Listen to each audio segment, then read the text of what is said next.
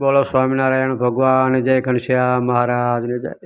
ભક્તો આજે ફરીને આપણે એક નવો વિડીયો લઈને આવી ગયા છે. આપણી આ ચેનલમાં બધાનું સ્વાગત છે અને બધા જ ભક્તોને જય સ્વામિનારાયણ. ભક્તો આજે આપણે વચનામૃત 16 ગઢડા મધ્યનું 16મા વચનામૃતની કથા કરવાની છે. તો આ કથા તમે પૂરેપૂરી સાંભળજો. અને જે ભક્તોને ઘરે ભગવાનની મૂર્તિ હોય ને ભગવાનના વાઘા એમને ખરીદવા હોય તો અમારી પાસે ઓનલાઈન વાઘા મગાવી શકે છે. અમારો મોબાઈલ નંબર 6354451482. આ નંબરમાં ફોન કરીને વધારે માહિતી લઈ શકે છે. હવે આપણે આજના વિડીયોમાં ગઢડા મધ્યનું 16મા વચનામૃતની કથા સાંભળીશું. તો આ કથા તમે પૂરેપૂરી સાંભળજો. સંવત 1878ના ભાદરવા સુધી 10મીના દિવસે સ્વામી શ્રી સહજાનંદજી મહારાજ શ્રી ગઢડા મધ્યે દાદા ખાચરના દરબારમાં શ્રી વાસુદેવ નારાયણના મંદિર પાસે પાઇટ ઉપર બિરાજમાન હતા અને સર્વે શ્વેત વસ્ત્ર ધારણ કર્યા હતા અને પોતાના મુખારવિંદની આગળ મુનિ મંડળ તથા દેશ દેશના હરિભક્તોની સભા ભરાઈને બેઠી હતી. પછી મુક્તાનંદ સ્વામીએ પ્રશ્ન પૂછ્યો, જે એક તો અર્જુનની પેઠે જે સ્વરૂપ નિષ્ઠા અને બીજી યુધિષ્ઠિર રાજાની પેઠે જે ધર્મ નિષ્ઠા, એ બે નિષ્ઠા છે. તેમાંથી જે સ્વરૂપ નિષ્ઠાનું બળ રાખે તેને ધર્મ નિષ્ઠા મોડી પડી જાય છે, અને જે ધર્મ નિષ્ઠાનું બળ રાખે તેને સ્વરૂપ નિષ્ઠા મોડી પડી જાય છે. માટે એવો શો ઉપાય છે જેણે કરીને એ બેમાંથી એકેય નિષ્ઠા મોડી ન પડે? પછી શ્રીજી મહારાજ બોલ્યા, જે પૃથ્વીનો ને ધર્મનો શ્રીમદ ભાગવતના પ્રથમ સ્કંધને વિશે સંવાદ છે તેમાં એમ કહેલું છે, જે સત્ય શૌચાદિક જે કલ્યાણકારી એવા 39 ગુણ તેને યુક્ત ભગવાનનું સ્વરૂપ છે. માટે સર્વે ધર્મ ભગવાનની મૂર્તિને આધારે રહે છે. તે સારું ભગવાને ધર્મ ધુરંધર કહ્યા છે. અને વળી શ્રીમદ ભાગવતના પ્રથમ સ્કંદને વિશે શૌનકાદિક ઋષિએ સૂતપુરાણીએ પૂછ્યું છે, જે ધર્મના બખ્તર રૂપ એવા જે શ્રી કૃષ્ણ ભગવાન તે અંતર ધ્યાન થયા પછી ધર્મ તેને શરણે રહ્યો.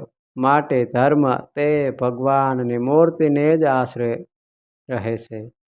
તે સારું જે ભગવાનની મૂર્તિને વિશે નિષ્ઠા રાખે તેને ભગવાનનું સ્વરૂપ હૃદયમાં રહે, એટલે તેના હૃદયમાં ધર્મ પણ રહે. માટે જે સ્વરૂપ નિષ્ઠા રાખે તેને ધર્મનિષ્ઠા સહેજે જ રહે, અને એકલી ધર્મનિષ્ઠા રાખે તો સ્વરૂપ નિષ્ઠા મોડી પડી જાય છે. તે કારણપણા માટે બુદ્ધિવાન હોય તેને સ્વરૂપ નિષ્ઠા જ દઢ કરીને રાખવી, તો તે પેઢી ધર્મનિષ્ઠા પણ દઢપણે રહેશે. પછી મુક્તાનંદ સ્વામીએ બીજો પ્રશ્ન પૂછ્યો, જે પંચ વિષય જીતાય તે વૈરાગ્ય કરીને જીતાય છે કે કોઈ બીજો ઉપાય છે? પછી શ્રીજી મહારાજ બોલ્યા, જે વૈરાગ્ય હોય અથવા ન હોય, પણ જો પરમેશ્વરે કહ્યા એવા જે નિયમ તેને વિશે ખબરદાર રહે તો તે પંચ વિષય જીતાય છે. અને જો શબ્દ થકે વૈરાગ્ય કરીને વૃત્તિ પાછી વાળે તો ઘણો પ્રયાસ કરે તો પણ શબ્દ સંભળાય ખરો, અને કાનને બીડી લે તો સહેજે સંભળાય નહીં. તેમજ અયોગ્ય પદાર્થને ત્વચાએ કરીને અડે નહીં તો સહેજે સ્પર્શ જીતાય. તેમજ અયોગ્ય વસ્તુ હોય તેને નેત્ર કરીને જુએ નહીં તો સહેજે રૂપ જીતાય. તેમજ જે સ્વાદુ ભોજન હોય તેને મેળાવી પાણી નાખીને જમે તથા મુક્ત આહાર કરે એટલે સહેજે જ રસ ના જીતાય. તેમજ અયોગ્ય ગંધ હોય ત્યાં નાકને બેડી લે તો સહેજે ગંધ જીતાય. એવી રીતે નિયમે કરીને પંચ વિષય જીતાય છે. અને જો નિયમમાં ન રહે તો ગમે તેવો વૈરાગ્યવાન તથા જ્ઞાની હોય પણ તેનો ઠાર રહે નહીં. માટે વિષય જીત્યાનું કારણ તો પરમેશ્વરના બાંધેલા જે નિયમ તે જ છે. તેમાં પણ મંદ વૈરાગ્યવાળાને તો નિયમમાં રહેવું એ જ ઉગર્યાનો ઉપાય છે. જેમ માંદો હોય તે કરી પાળીને ઔષધ ખાય તો ચરી પાળીને ઔષધ ખાય તો જ નિરોગી થાય. તેમ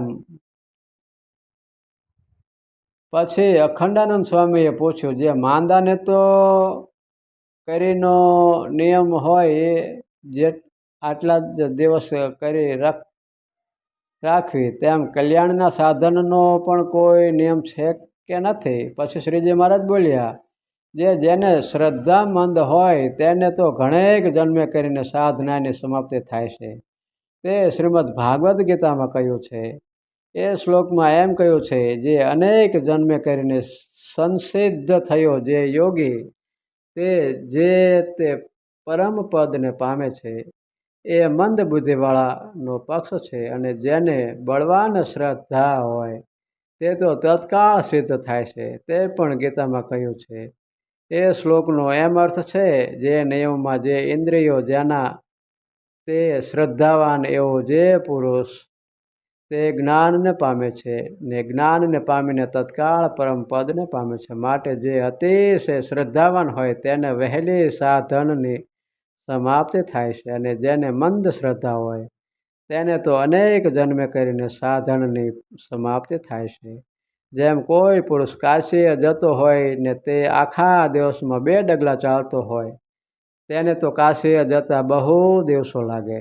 અને જે 20 ગાઉ ચાલવા માંડે તે તો અહીંથી કાશીએ થોડા જ દિવસોમાં પહોંચે છે. તેમ જેને શ્રદ્ધા બળવાન છે તે તો હમણાં તરત સત્સંગિત થયો હોય તો પણ અતિશય સરસ થઈ જાય છે. અને જેને શ્રદ્ધા મંદ હોય તે તો ઘણા કાળ થયા સત્સંગી થયો હોય તો પણ લોચો પોચો રહે છે.